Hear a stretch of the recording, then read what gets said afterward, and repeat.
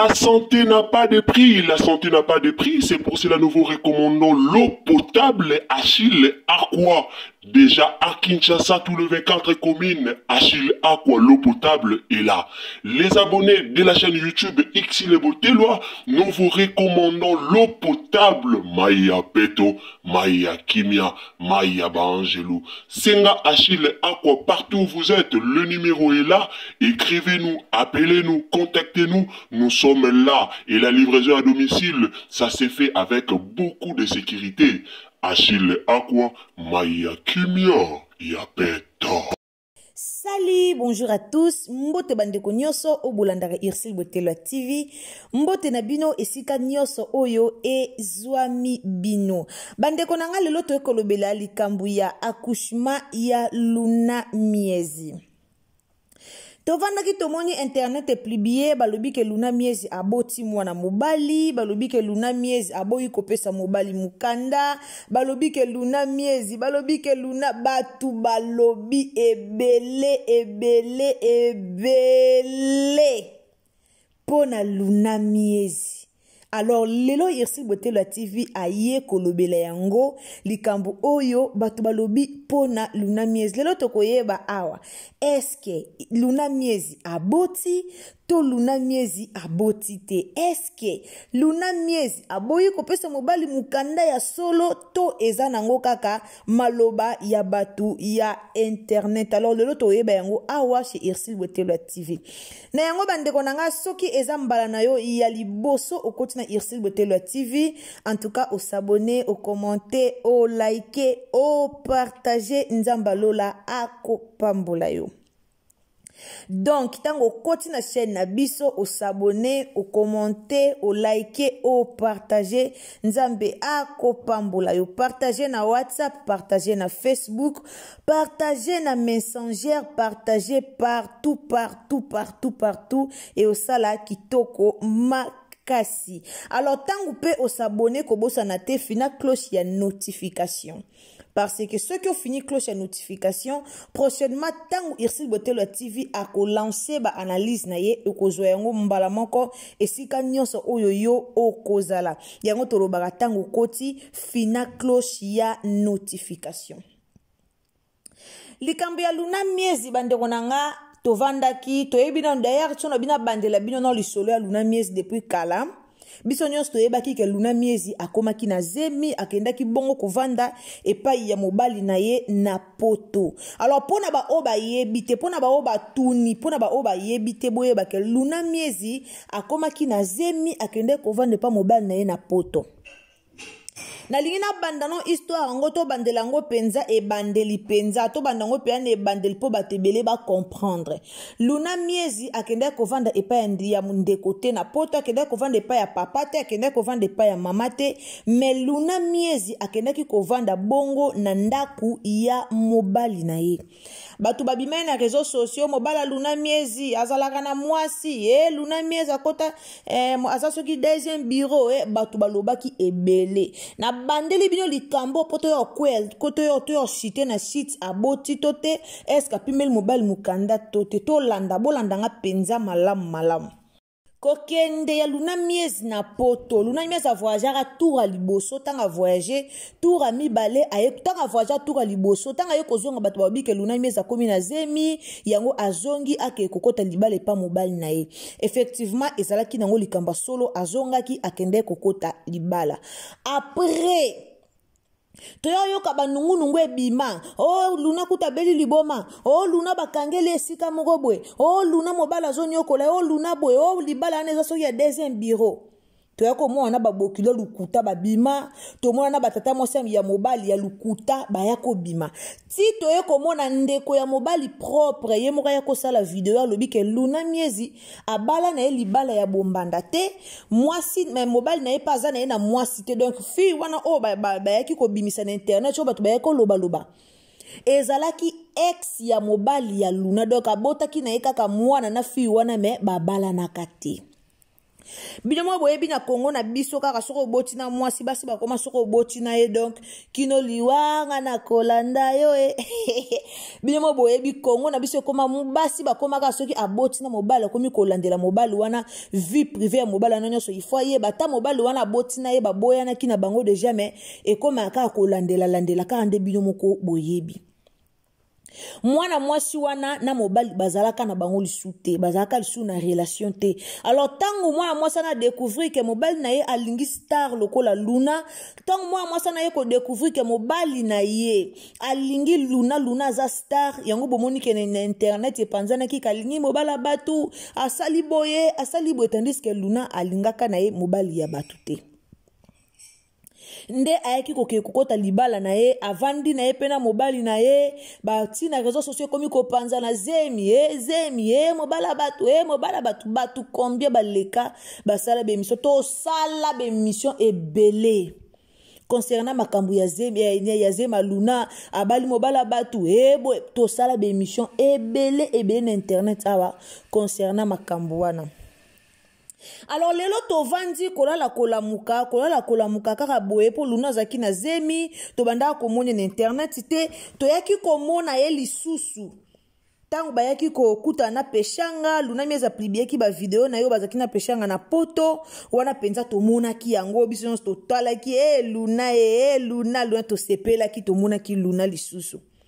Après Luna mieza koma ya kuplibier ba video soka plibier ba video na ye au plibier amikati bika ne plibier amikati alakisika mutu abombi libumu ezaka nango normal basi nyo soso ba na zemi ba plibier ba video bongo mona mi bombi na ye alakisika mutu na ye alakisika ka libumu te donc ami alakisika partie ya mutu.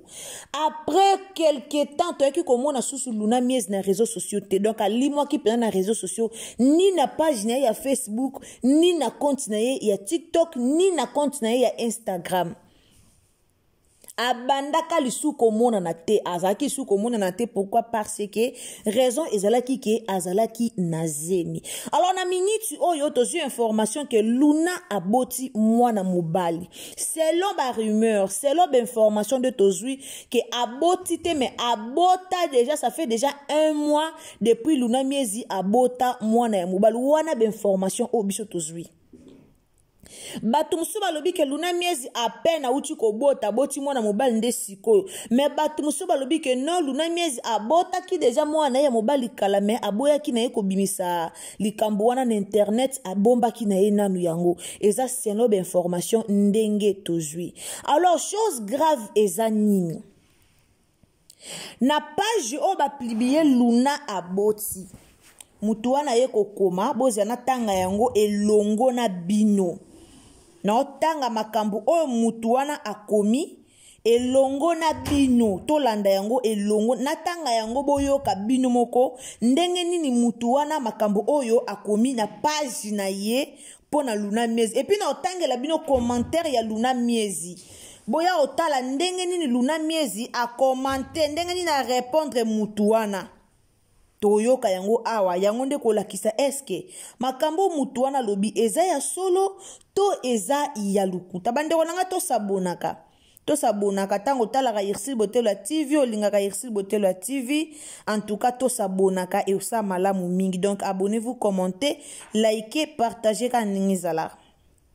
Naloba toujours ba abonnement na bino yango nde esalaka makasi na biso donc tango s'abonner ou partager pe na baninga mususu ba s'abonner. Bozila na iso la bino totanga makambu oba komi kuna pona Luna miezi. Bon comme Luna miezi pe azarana na bizla en tout cas Luna miezi pe azarana bizaleli ya ko répondre. Luna miezi penza ye a répondaka. Kote wana to ya pe ko peso conseil pone loko wana po wa star fo beta makamsu karame Luna miezi penza place wana to lobela yango sima to continuer na likambo to zoloba oyo. Voilà. Mutuana ye kokoma na page na ye. Félicitations à notre actrice Luna Miezi. Elle vient d'avoir un bébé garçon. A préciser qui bien tant a commis par la page na ye a préciser qui bien. Elle vient d'avoir un bébé garçon. A préciser asali message avec précision. Aye kokoma na se wana mobali na ye aza sans papier. Luna a déclaré mobali na ye na mwana kolanda bana wana te. Akomi bon que Luna a déclaré mobali na ye na mwana po mobali na ye azalaki sans papier. Eza information oyo ba pesa ki biso o ba ki ko publier na ba page que Luna Miezi aboti mutu nyonso amoni page wana na internet azu information wana. Alors to vandi to komona réponse ya Luna Miezi. Luna Miezi a ko répondre. A commis c'est triste, vraiment triste de lire ce genre de mensonges sur une personne qui vous a rien fait. To ebite mensonge o Luna a commis. Eza po balobi mobali ne ana mukanda te to eza po balobi Luna aboti. Poko tala likambu o ya Luna aboti tokolo baka na page o tende ba plibi yango. Même na TikTok, partout, ba page belé. Ba plibi voir même si on continue na page ya Luna TikTok, au mona batu ba okomele ka ba félicitations. Na yo mona commentaire moko fi moka komi félicitations. Musu soye ko komanase aboti, fi wana répondre abota qui ça fait déjà 1 mois. Alors peut-être Luna Miezi a ko répondre pour balobi mobile na aza sans papier. Alors to yebite mobile aza sans papier. Avant d'arana mwasi ndenge nini abengisa ki mwasi na ndenge po Luna ke poto 2 fois. Luna ke poto 2 fois. Ake penza poto 2 fois. Ya liboso akendaki azongi ya mibale aye kokende. Siko soki mobile aza sans papier avanda na mwasi ndenge nini azwanda ku ndenge nini avanda ndenge nini. Bon, moi je pense que ezaka babiloba lobaka ya biso ba congolais nde to lukaka ko loba nde babiloba loba wana ebimi to eza vraiment réellement mobile ne. D'ailleurs ata mobile pe aza sans papier eza makambo eta la Luna kozala sans papier li ko loba te ke okota lolati. Eloko wana ba congolais to yeba angote congolais akomisa eloko ya kozala sans papier lokwa likambu moko boya sujet ya monkeri lokwa likambu moko boya kozwa place ya kofinga or eza likambu ya ofinga te kozala sans papier eza na problème moko et un problème mon côté. Moi je pense que les kamna les kambezara ngonga nango et un atana ye. Ce qui nous embalo bien ozo mukanda si réellement que azana mukanda petendenge batu ba lobby. Mais comme Luna Miezi moko aye koloba ke likambo neza mensonge et la kisi ke mobile na ye azana mukanda ce qui peut mobile na azana mukanda tendenge Luna Miezi aboti a déclaré mobile na ye a déclaré moi na ina mobile na ye ba donc a déclaré po bazo mikanda et ça m'a bête. Lelo basi ya pototo batumusu bakoma mona ka étrange ce qui moi ça déclaré mutu ce qui va déclarer mutu zo mukande komela batumusu problème or eza problémité basio baboya akopesa mibali mikanda na poto boyebite eloko nini o baboyela akopesa mibali mikanda na poto peut-être pesa kana problème moko o elekaka wana. Musu pesa problème moko boeleka ki ale babo ko pesa mibali mikanda par rapport ya ba problème wana on ne sait jamais boyebite musu pesa ka ki motema mabe lolo to ya lobela la brine to lobela la brine makasi pona maramba mukanda mais to ebite elo nini o epusaka la brine aboya kopesa nani mikanda aboya kopesa ya Jennifer mikanda tia Jennifer ya kufa que son âme repose en paix. To ebite loko nini o epusa la brine apimele ya fai mikanda to ebi angote mais to ya kaka koloba likambo mwasi poto basi mabe apimele mukanda e baboko pesa mobali muko to ya kaka kowela koloba ngo to ebite eloko ni o esalaka baboya kopesa mikanda po basi yango bazala bazoba teka aboti na mobala bo pesa mikanda wana pena na tino entre parenthèses côté wana mais eloko o batu bayo loba po na Luna aboko pesa mukanda asali bwe bandeko to loba likambo to mona bolo ba likambo bo mona po Luna ngo paza pe zoba te Luna ngo paza pe mutu aza mutu pa raisonnaka aza mutu paza vraiment na madaba raisonnement na ye na ba raisonnement na ye. D'autre part to ye ba pete ba makambango ya bino e bimaka ndeti ndenge nini. Ndeti likambo ba oloba Luna bo pesa mobali mukanda soki eza likamba solo mobali mutabimisi yango to ye moko Luna bimisi e bimaka ndenge nini. To muto apostango alukika ya oluka buzz aya ko inventer na likambo mobwe pona likamba papier pona mobala Luna Miezi. Mais Luna Miezi, félicitations. Nzamba pamboli yo apesi yo mwana topesi yo vraiment ba félicitations. Okendaki poto ti ozuizemi ti oboti mwana. Félicitations boye imalamu na neveu na biso oyo aye na mokili. En tout cas boye imalamu na mwana na biso topesi yo ba félicitations. Mais conseil otoye ko pesa Luna Miezi. Bande on a botela nga ba j'aime na vidéo. Botia ba j'aime na vidéo s'il vous plaît. Boye melenga vidéo bandeko s'il vous plaît. Boye melenga bo partager.